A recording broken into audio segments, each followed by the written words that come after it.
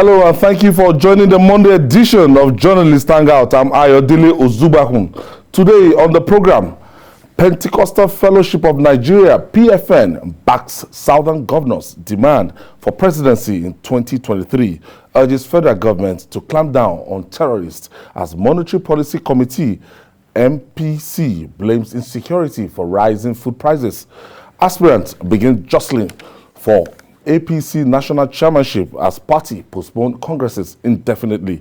And later on the show, Italy beat England on penalties to win Euro 2020 undefeated.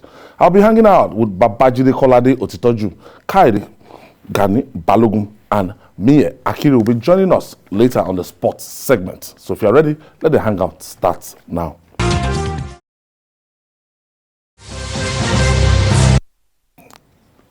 Thank you for staying with us. The clamor for power shifts to the south in 2023 is gaining more steam and bipartisanship. The Pentecostal Fellowship of Nigeria, PFN, is backing the Southern governors' demand for the 2023 presidency to come to the south. At a press conference in Lagos, the national president of PFN, Bishop Francis Waleoke, also called on the federal government to clamp down terrorists to keep Nigeria safe. Let's share the story with you, compiled by TVC senior correspondent Ivy Kano. The board is here to address journalists on current state of the nation. They say it's become imperative to make their stand known given what the country is facing. There's a need for the government to reassure Nigerians that they are in charge. From insecurity, agitation, constitution, they touch them all. I want the government to put in more effort. I appreciate what you are doing. Put in more effort. Let the effort become better coordinated, better concerted, and let it be fair. Whosoever or whichever group constitute themselves to terrorists or a terrorist organization, bandits or kidnappers, the weight of the law should be brought on them very, very forcefully. If the North leads one time, the South should be allowed to lead one time. That will communicate the fact that we are one nation and that both sides have competent people to do the leadership. So PFN will support the position of the Southern governors that the next president should come from the South. We want a constitution that will actually be we, the people of Nigeria. That one we have is not so. It's a constitution that is corrupt in its nature. And so long as we practice that constitution, Nigeria will remain a corrupt country. According to them, efforts are in top gear to ensure Christians participate fully in politics. PFN is having some strategic agenda on how to take the bull by the horn, encourage our people, get back to the grassroots, in political affairs, both from registration and becoming members of parties if possible, and ensure that we're actively involved, not just praying. They, however, ended the interactive session on a positive note. We are stronger together. Nigeria is not going to break. Nigeria is not going to divide. Nigeria is not going to go to war. Ivy Kano, TVC News, Lagos. Pentecostal Fellowship of Nigeria, that PFN, as led by Bishop Francis Waleoke. Babajide, PFN supporting the position of the Southern governors, and this is giving credence to what the Southern governors did last week in Lagos. Yeah, increasingly religious groups are showing interest in political matters. You can see that one of the PFN leaders was urging their people to get involved in registration, the ongoing registration exercise, and mobilize for the next election. That is the only way you can be adequately represented in the National Assembly and other elective positions. So can and PFN, they've always tried to encourage their members to get involved in the electoral process, because when you do not make any move to participate, then if the wrong candidates emerge, you have no moral right to complain, because you had the opportunity to get involved, but you refused to get involved. So, and of course, they also talked about the constitution, that they want a new constitution that they can truly own, that Nigerians can truly own, you know. So, you had the PFN ESCO member describing the 1999 constitution as a corrupt one. So, but the most reassuring thing I heard from these church leaders is their faith in the Nigerian project. They are saying that, look, Nigeria must remain indivisible. We are stronger together. So that's reassuring. This is the sort of message that I want to hear from religious leaders from time to time, not encouraging division in our country. GKB, so for those agitating that the Yoruba nation protagonist and co, and your brethren outside Nigeria, the diaspora, because I see that they are the forefront, and PFN is saying that we're better together. Well, we are better together, all things being equal. It's what we call in economics ceteris paribus. Nigeria, all things being equal, is the best place to be. You and I have been all over the world, and we know despite the technological advancements and everything, after 2 weeks, you just want to get back home and eat amola with bakery. Home is home. And home, where's your artist? Especially you Ibadan people. Especially we Ibadan people. But having said that, I think what they're asking for, that they have now reinforced, is the fact that nobody wants to leave Nigeria. Everybody loves this country. But Nigeria is not working. Let's have the decency of renegotiating the Nigerian projects. It will be for everybody's benefit, because nobody's asking Nigeria to break immediately. No, they said before Nigeria breaks organically, that means whether we like it or not, let's fix it in a manner that will be beneficial to everybody. So my people in the diaspora, or those looking for the Yoruba nation, are also very clear about their demands. Make Nigeria workable, or let us go. Except I've not been listening to the Koikis of this world. The Koikis of this world do not represent the Yoruba nation. You and I know that. 40 million people with 2, 3, 4, 5,000 history behind them will not be led by somebody's PR releases. You'll be led by the structures that will make sure things work. That's why when people assume that somebody's leading the Yoruba nation, some of us who are neck deep in strategizing for the Yoruba people will tell you that nobody wants Nigeria to break, but we want Nigeria to work. No, if it doesn't work for everyone. That sounds better. Yeah, and because but if you refuse to make peaceful change impossible, then whether you like it or not, you make the disintegration of the country inevitable. Because something must work. Like we say in Yoruba, the water that fell from the tank will take a few hours to dry out. But those who live near the tank will still assume that there's water in the tank. But meanwhile, the tank has emptied out. What we are saying is that let's repair the tank and put more water. Don't allow the tank to dry out, and everybody will lose. But people have made up their mind, because once you give a narration that doesn't follow their own mindset, we'll all run into trouble.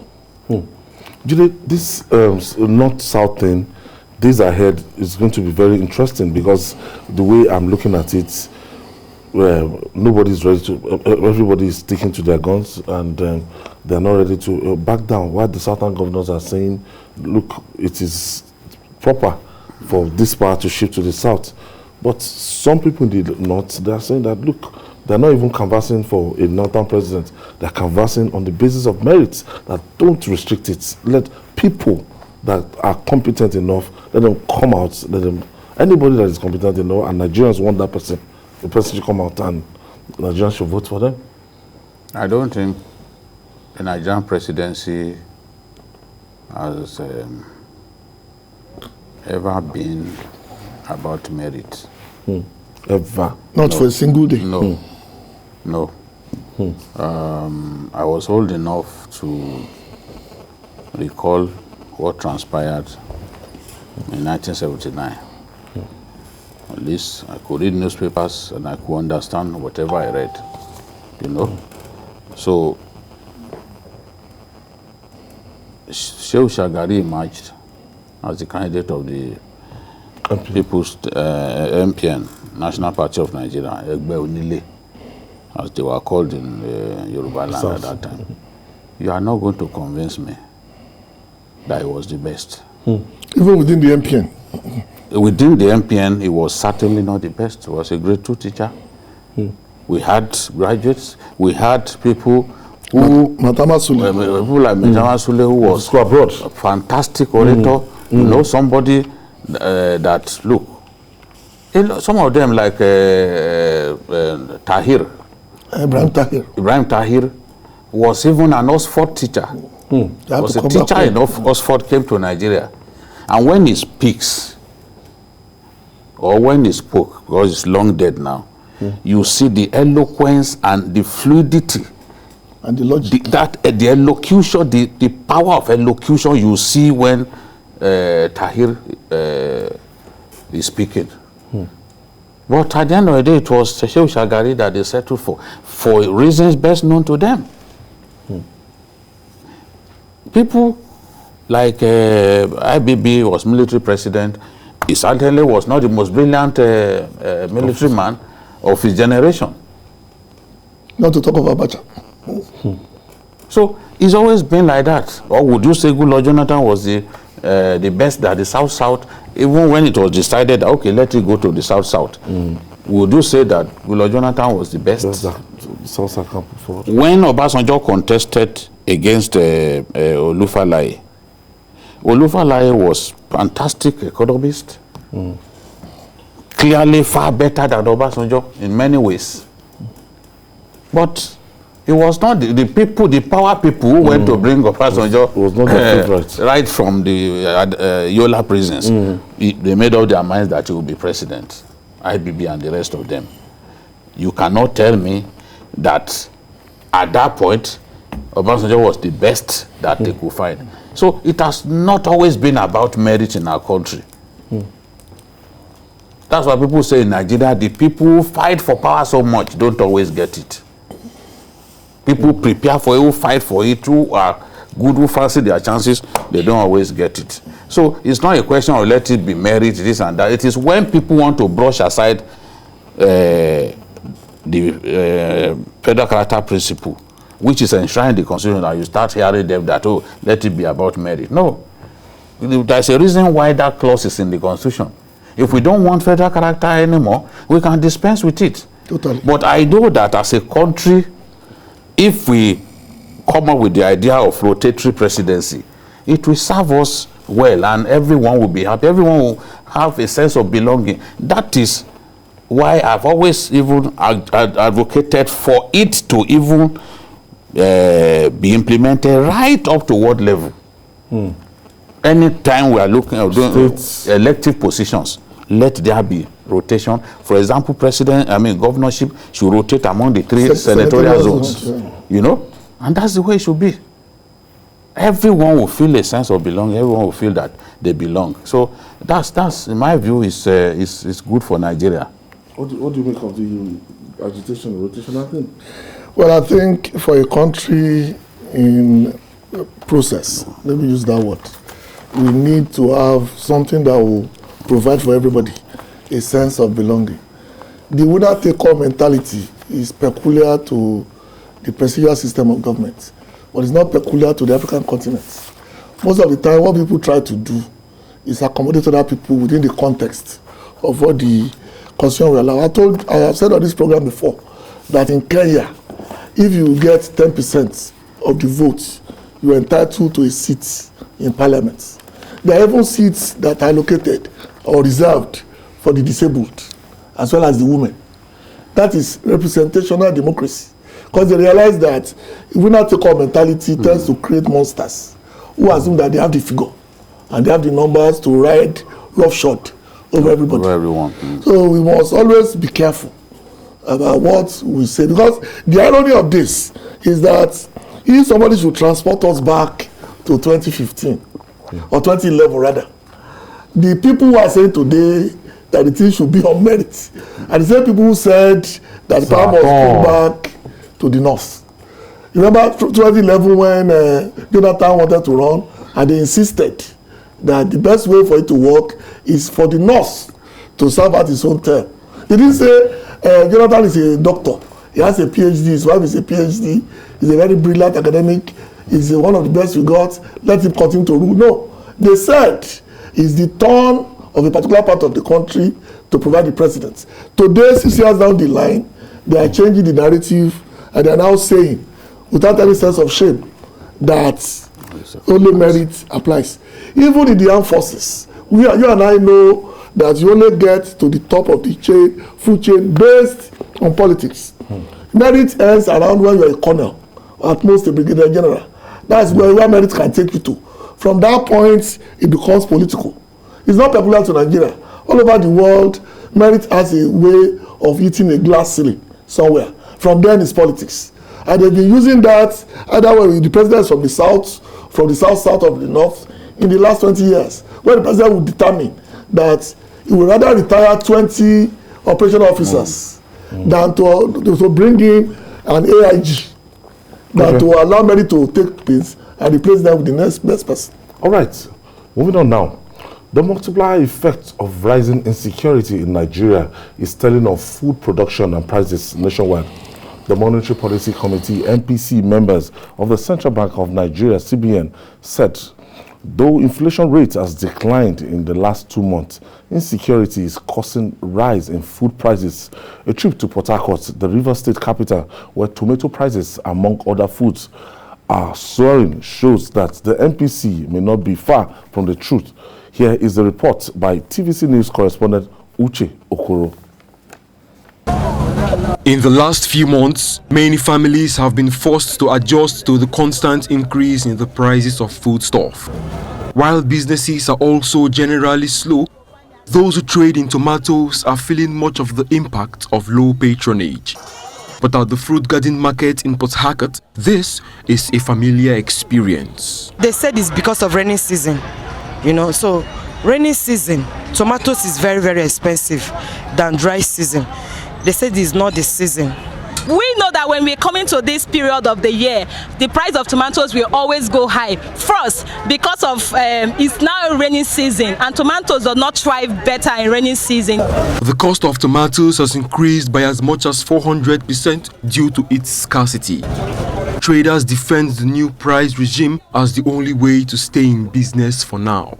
The custard we are selling for 3,000. Unlike before we do sell for like 1,500, 1,000. So that's just it. The basket we were buying for around 3,000, 4,000. Now we're buying for around 20-something thousand. So just imagine the margin. So if we don't sell it high to it, we can't make anything. It's not our fault that it's high, but then there's nothing we can do. So we're just appealing with the public to bear because it's not the season. As the economy bites harder on the average Nigerian, consumers say they are turning to alternatives for tomatoes. But their choices are limited. If you buy tomatoes 1,000, it will not enter 5 people's stool. Tomatoes 1,000, whether 5 seed or 10 seed, I can imagine. While the one concert is supposed to be 1,000, now one concert is 2,500. How can you make it when you are how many people in the house? Oh, that affected my diet very well because you cannot eat. You cannot buy tomatoes and cook stew again this time around. We just go for fried rice. You cannot use tomatoes and cook fried rice. So we just go for fried rice ingredients because the cost of tomatoes is very high. So that's why we can't buy tomatoes again. For the market community, the way out is for government to provide agriculture incentives for farmers to decentralize the production of tomatoes and other food items to all geographical zones of the country. Uche Okoro, TVC News, Port Harcourt. Wow, we dealt extensively with this hiking prices of tomato, and the one of River State has taken a new dimension because if they paint That print is 3,000. 3,000. Something is terrible. It's terrible. Yes, it is not the season. During the rainy season. This is not the first time that it's not the season. This year is different. That's what that woman said. That woman at Sura Market yesterday. That's what she said, that 50,000, a crate of tomatoes being sold for 50,000. Not a basket. Not a basket, a crate. You saw that crate on the ground. Now, that woman trained all her children in university selling tomatoes, but she has never had it this bad. And you can tell from the way, because in the South, tomatoes are far more expensive in the South than any part of Nigeria. So that's from what you see in Port Harcourt. That small custard bucket is 3,000 in Port Harcourt. Julia, how much will you need? How many bulbs of tomatoes are in that? And you had that woman saying that, look, 1,000 tomato of 1,000 cannot cook soup of yes, that's what I'm telling you. That, okay, how much will we be needing to cook a pot of soup for a family of 6? You know, I was telling you that in 1999, I used to go and analyze national issues in Ibadan. I would travel to Galaxy Studios that time. Okay, I was editor of PM News. I would go and analyze national issues. They would give me 2,000. As honorarium? As honorarium, 2,000. It's from that 2,000 that I will cook soup the next day, Saturday. I will cook soup. At the value? Yes. I will enter public transport to and fro and cook soup still inside 2,000. You know? So it's just, it's terrible. It's terrible. We're not talking about I pity the people. People are going to buy, what's it called, ram this season. For Salah. That's the next big thing. More than 98% of the ram that we consume in Nigeria during Salah are from Chad and Niger Republic. Yeah. Really? Yes. Yeah. He is Muslim, he knows that. You know, our own species of ram, they are usually short. People don't want those ones. Even the obuko that we eat, the goat that they cook. See all those ones that you see that have biabia, they are not from Nigeria, they are from Niger and Chad. Our own male goat, they are usually very small. People will not buy those ones. Even cows. Even there are certain level of cow you see, you know, this from Niger. Yes, if you go to Meadua or some of those border communities where they have the livestock market, you get the point that I'm making. So when it comes to ram, we are heavily dependent on our neighbors. West African sub-region, yeah. Wow. So this is the thing. Our own ram, they are not that big.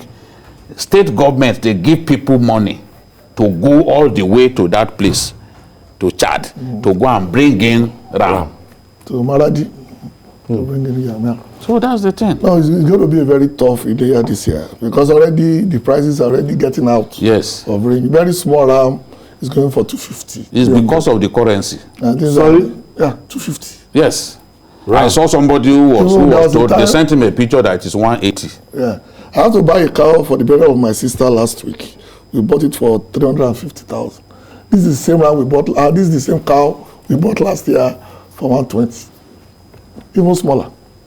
And the people are saying all that. The ram used to over between 40, 50, and 60. You have to understand the markets of not only ram, even tomato, even things that are brought in from our neighboring countries. It's seasonal, fine. But even within the season, there is a level of planning required. For example, you know people that already paid for 2,000, 3,000, 4,000 rams that are being asked now to pay a difference before they could bring the rams back south. The currency. One, because of the security, then two, because of currency. And the three, because people are willing to pay more than to let it come down. So we are going to run, what we are running now is a system that I do not understand. Because they will tell you that inflation is down, but food prices, going up. Who is the main index? Yes. George Kidney is going up. And you wonder which inflation was going on, which part of the country. Yeah, I don't even see any sign of inflation going up. And it's not, if they say it was, everything is going up. If they say it was galloping, it's now using jet skis. It's no longer galloping. It has bought a Lamborghini now. And it's now moving. And you see all these quality tomatoes. Yes, fresh. You notice that people are not stepping forward to buy. That is what happens because they are too expensive. So people are not going to buy. You know? Now, that's what happens. These ones that you see, these ones, they are 1,000, 1,400. Those small ones. Those small ones. This is the market. Now, in Surah, for example, they have it, they are selling it about 14 pieces for 2,500. And people are not buying. So those women are just on their own. So people will now settle for the... No, they can settle for those rotten one and then the unripe ones that are like your fingers. You know? So they will now see the high quality ones. They will now compare price of the thin one to this good looking wine red. In fact, most wives now encourage their husbands to follow them to the markets. Yes. Because there is no way you believe. You will not believe the story. What they are telling you.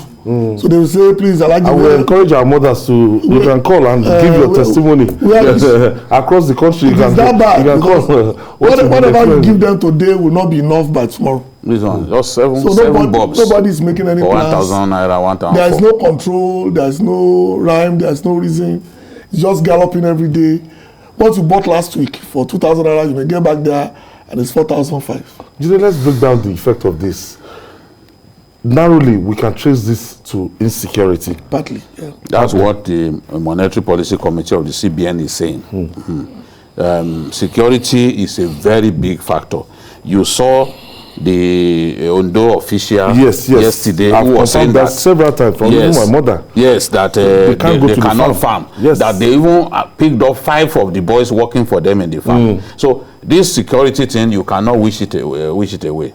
Nobody can stop us from talking about security until it improves. Or what do we say about because some farmers are told that they should go and bring money before they can harvest in their farm. Yes. In some areas. Won't they then add factor into the cost of produce? If they have to pay royalty to bandits before they can harvest. Now, put all of that, add that to what is happening in Kaduna, because Kaduna is one of our main potato beds. The whole of that Zaria area, they do plenty of farming, and the land is fertile. And Zaria is one of the worst hit areas now by banditry. So if a whole emir can be kidnapped and they're asking for 200 million, you can imagine the state we found ourselves. There is the regional manager of one of the banks who, the name starts with F. The name of the bank starts with F. The man was diabetic, and then he was kidnapped. So his friends were saying, look, if they don't release this guy in 4 days, he will die. Because they knew he would not have access to his drugs. And that was what happened. By the 4th day, they saw his corpse by the roadside. Once he died in their hand, they just put it. Terrible people, God-forsaken people who will not end up in life. These are these guys just killing people, wasting people. So we've got to deal with the security situation because that is the only way that progress can happen. All right. We'll go on this break. When we come back, we'll talk more. It's still Journalist Hangout. We'll be right back after this break.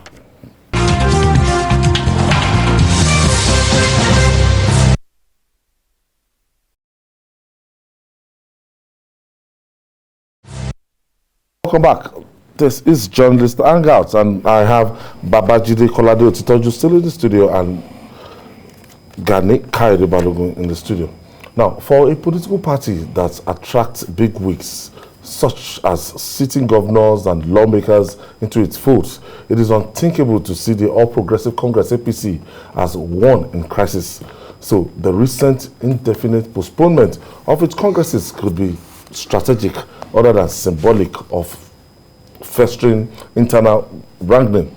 In a letter to the Independent National Electoral Commission, INEC, the chairman of the National Caretaker Committee of APC, May Balabuni, said the new date will be announced. Meanwhile, aspirants have begun jostling for the national chairmanship of the APC despite the setback. One of the frontrunners is the senator representing Niger East at the Senate, that's Sani Musa Mohammed. Others eyeing the posts are former Nasarawa State Governor Senator Tanko Al-Makura and other Borno State Governor Ali Modu Sharif. So intense is the scheming and politicking and lobbying on the table. Babajide, first of all, it was curious when I was so curious when they announced dates for congresses, state congresses, and APC kept quiet about the national convention. I was like, no, this is not a normal thing, because you local government congress, state congress, and now give a date for the national convention, kept quiet. Now they've cancelled the congresses now. So the administration of Yobe State Governor as the caretaker chairman of the All Progressive Congress has been extended by President Muhammadu Buhari. Let's face that first. Yes, a lot of reasons have been given for to explain what they have done. It is said that they recently extended the membership registration and revalidation exercise in about 4 states.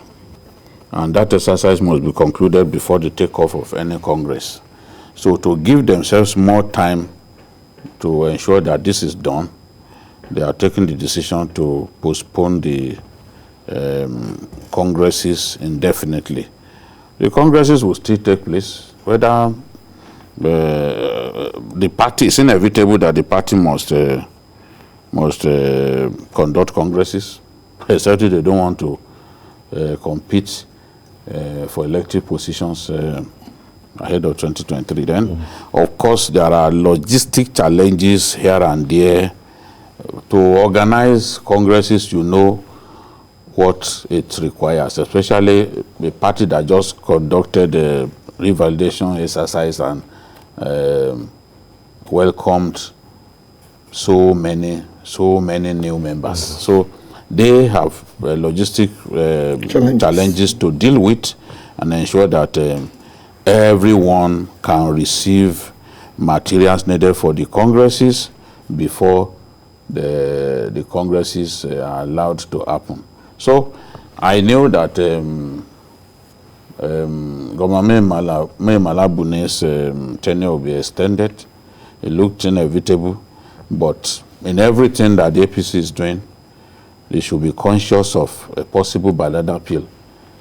We've seen it happen in Zamfara, we've seen it happen elsewhere. They must just be conscious of the fact that they need to comply with the law, so that the PDP doesn't take them to court and reap where they did not sow. Some of the party members will tell you, GKB, that this caretaker committee is not even recognized by the party's constitution. Yes. Now they've decided, and they said because of the gains they've seen under B. Malabuni, they've extended it, and no, the president extended it. Yes. He's the one who dissolved the party structure. So he's the only one as leader of the party who can extend their tenure.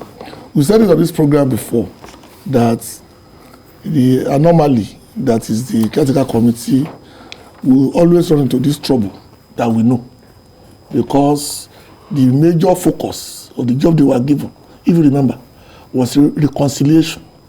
And so far, feelers from the field shows that people are still stuck to their positions pre the dissolution of the National Executive. And that to me is more fundamental than what we face now. But like Gide said, we have no choice but to move forward, or else we run into the Zamfara conundrum. And that would be terrible for a party that is running the federal government.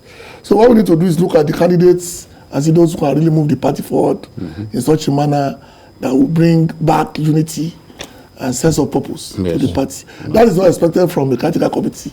They are just, as the name implies, they are a caretaker committee. They are not supposed to run the party perpetually. Supposed to be for a period of time, which sooner or later will come to an end. So we have to look at some of the front runners and see what the direction they can take the party in the nearest future. Yeah. Babaji, let's look at the people that have shown interest in this national chairmanship so far. And we've had, when the party started, it was led by Chief B.C. Akonde as the acting national chairman, interim of the All Progressive Congress. We had John Oyegun, and after Oyegun we had Adams Oshomole, and now we have the Yobe State governor as the caretaker. So those are in this position. What are the politics? Yes, for the first time I'm seeing the Senate, the National Assembly show an interest in the race. And Senator Mohammed Sani Musa, who is the chairman of the Senate Committee on General Services, is an ICT expert who developed and promoted the electronic voting for the first time in our country. He's someone who is interested in that job. You know, at a point, he was a member of the Appropriation Committee, Petroleum Resources Committee, Foreign and Local Debt Committee, and in fact, as CEO of Activate Technologies Limited, he coordinated the execution of the INEC projects, including production and delivery of PVC, the permanent voter cards and smart card readers for the 2015 election. So he's someone who is known within the political firmament, and he has shown an interest to contest. Now we have Alimodu Sheriff, former Governor of Borno State. We have Yari, Abdulaziz Yari, the Governor of Zamfara State. We have Tanko Al-Makura, that's another senator. Niger State. Another sitting, no, Al-Makura, Nasarawa State. Nasarawa, sorry. Yes. Tanko Al-Makura is another serving senator who is interested in the race. And Saliu Mustafa, from the northeast. So, these guys have expressed their interest in the race, but if the senators, the National Assembly, if Senator Mohammed Sani Musa runs his campaign effectively, he can galvanize votes from the National Assembly, and those votes are tremendous, And the same Al-Makura too has that capacity, but Al-Makura is a former governor. So maybe some of the sitting governors will say, this is one of our own, we vote for him, which will now polarize the election and make the National Assembly members feel that, look, this time around, governors must not have their way. We have to back our own person. Everybody who has been chairman. So it promises to be a keen contest. So I'm looking at that guy as someone, as someone who may pull a surprise in that contest. Yes, I think if the party is looking for a fresh start, trying to run away from the garbage of the past, is one of those people that will come in handy to solve that problem. Because, like I said earlier, you must understand, everybody who has led this party has been a former governor. Everybody, from Akonde to what's the name of that Edo fellow? From Akonde to everybody, even the current one is a sitting governor. So I think it's time to change tack and look in that direction and see what we can do. And he has the prerequisite to do that, because he's the man who has reached across the aisle so many occasions, because it's not easy to change Nigerians' mind when it comes to the electronic voting. Yes. But he did it.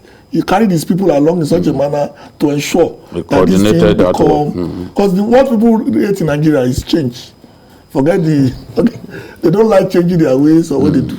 To be able to do that, I'm sure he has the capacity to also change the mindset of the party members. Change those who are still reluctant to come back onto the fold. It's getting interesting because we hardly see senators. We hardly see service senators coming out. Yes, this is the first time. This is the first time. Two serving senators. Yes, two serving senators. Significant. They are ready to give up their Senate seats to be national chairman. That's the first time. Do we have to? They will have to give up. Yes, that's what it means. Give up their Senate seats and they become national party chairman. So that seat is becoming more and more important. Especially when they are going to an election year. Yes. It's very strategic. Okay. Whoever is leading must show. We wait for the caretaker committee of May Mala Buni to come up with a timetable, the proper timetable, so that we know when the convention will come on and when these people will actually, throw their hats in the ring and they start campaigning across the country. We'll take this break now. When we come back, we'll talk sports. Mia Akiri will join us.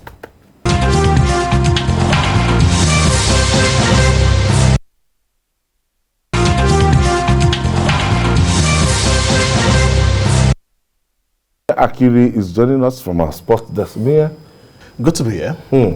Now, the much talked about football going home was thwarted by the famed Italian job. England's 55-year wait for a major soccer silverware continues after the Three Lions were defeated by the Azzurri of Italy in the final of the Euro 2020 played at Wembley. Italy lifted the trophy following a 3-2 penalty shootout victory after regulation and extra time ended 1-1. So football headed Rome instead of home. Mia. Well, it's still a talking point, for I remember English that pastor fans. yesterday. And the thing is trending now that, let me tell you, England will win this. And it's on the net, it's online now. The pastor was saying it as a prophet of God, confidently, Mia.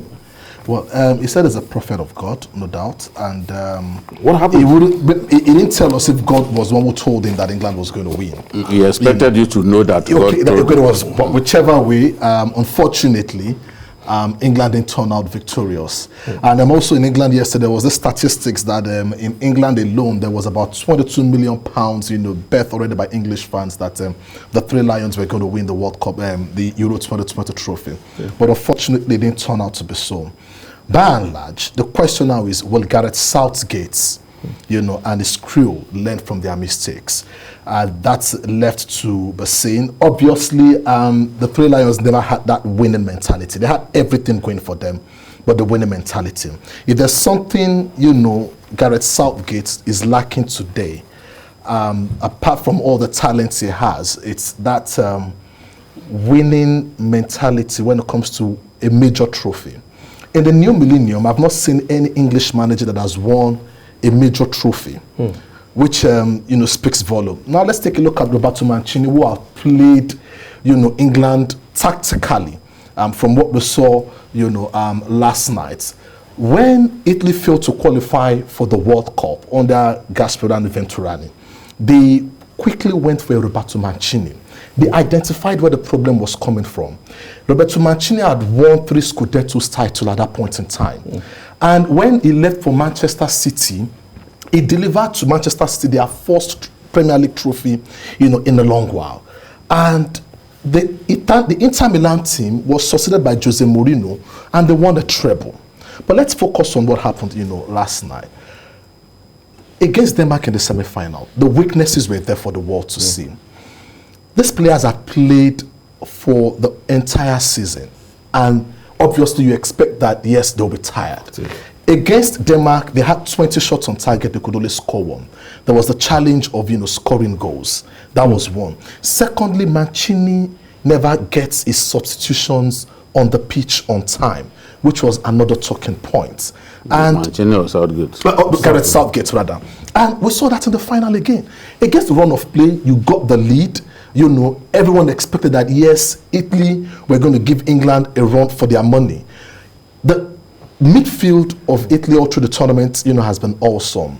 Barella, Verratti, and also Jorginho.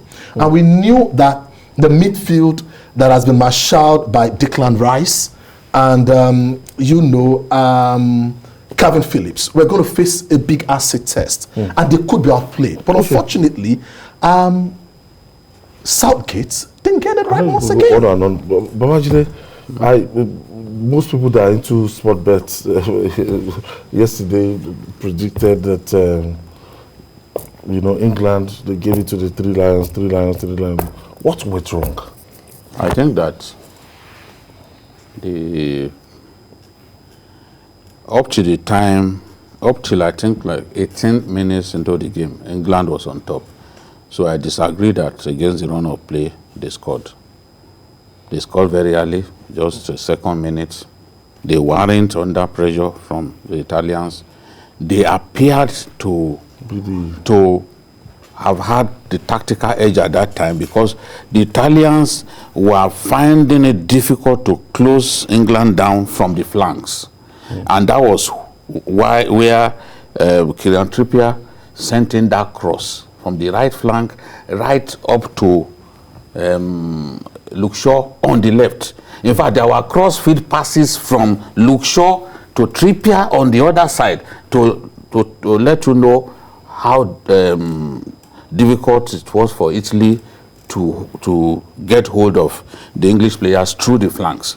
But as the game went on, they started defending deep. And when you invite pressure from the opponent, it's such a bad thing. Now, they held on, defended very well until just after the 60th minute before the Italians scored. Immediately the Italians scored, they came out and now began to play the way they had played from the beginning of the competition. They were no longer being defensive. Yes, the Italians had greater share of the possession, but England was attacking this time. That was because they were hoping that they could get the winner. Immediately, it looked like, okay, they were closing in on the 90 minutes. Then the coach made substitutions. He was waiting for penalty kicks. Brought in what's his Sancho? Name? Brought in Sancho and Rashford. Rashford was the killjoy.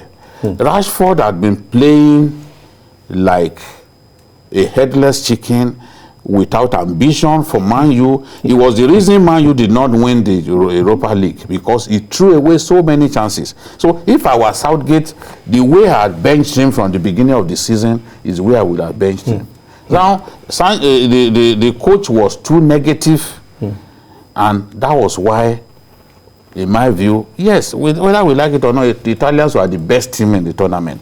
And naturally, you want to see the best team win. But the best team doesn't always win. When Chelsea won the Champions League in 2012 against Bayern, they were not the better side. They were outplayed, but they managed to win through penalties. So I was hoping that at least you've not won anything since 1966. Why don't you just take that chance? And that was okay because it ended in a penalty shootout. It could be anybody's game. Well, it could have been anybody's game, but you see, tactically, Roberto Mancini, even when the Italians, came back, when they still had possession, it was still bringing in strikers. It was still went attacking to see if they could get a winning goal. And they were in control of the game. Despite the fact that, yes, a Southgate brought in attackers like Sancho and Rashford, it wasn't, totally clear if Southgate had the confidence that they were going to win this game. Because clearly it looked like, a Southgate was hoping for a penalty. And when you have a goalkeeper like Donnarumma, on paper it is clear that he has quality and he could, save penalties. Southgate, for me, was too relaxed. And that was another bad day, for Southgate. When they took the lead, when I said against the run of play, the Italian team under Roberto Mancini is yet to lose. In fact, in 33 games, this team has not lost. So it shows that there is quality in this team. On paper, everyone expected the Italians, who have been dominant, to lift the trophy. But England had the quality.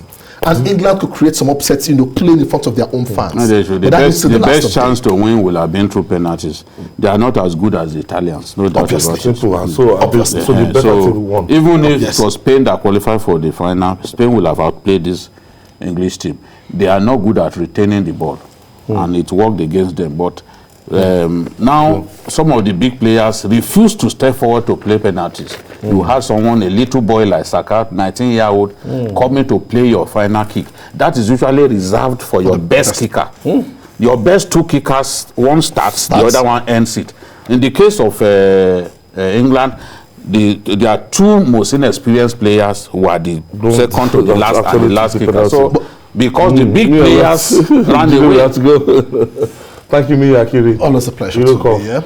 It's gone to Rome. We're looking forward to at home in the England. Olympics. Jide, we're looking forward to that Olympics. Yes. Can't get another good model through basketball. No. Hopefully. We can't win. Even if America fails to beat us, there are still countries. Yes, that will beat us. Thank you, Babajide Kolade Otitoji, and that are offering today. Join us tomorrow for another edition of the program. Join us, Journalist Hangout on Sunday from 1:30 p.m. to 3:30 p.m. We're on YouTube, youtube.com/TVC News Nigeria. I'm Ayodele Ozubakun. Bye for now, and God bless Nigeria.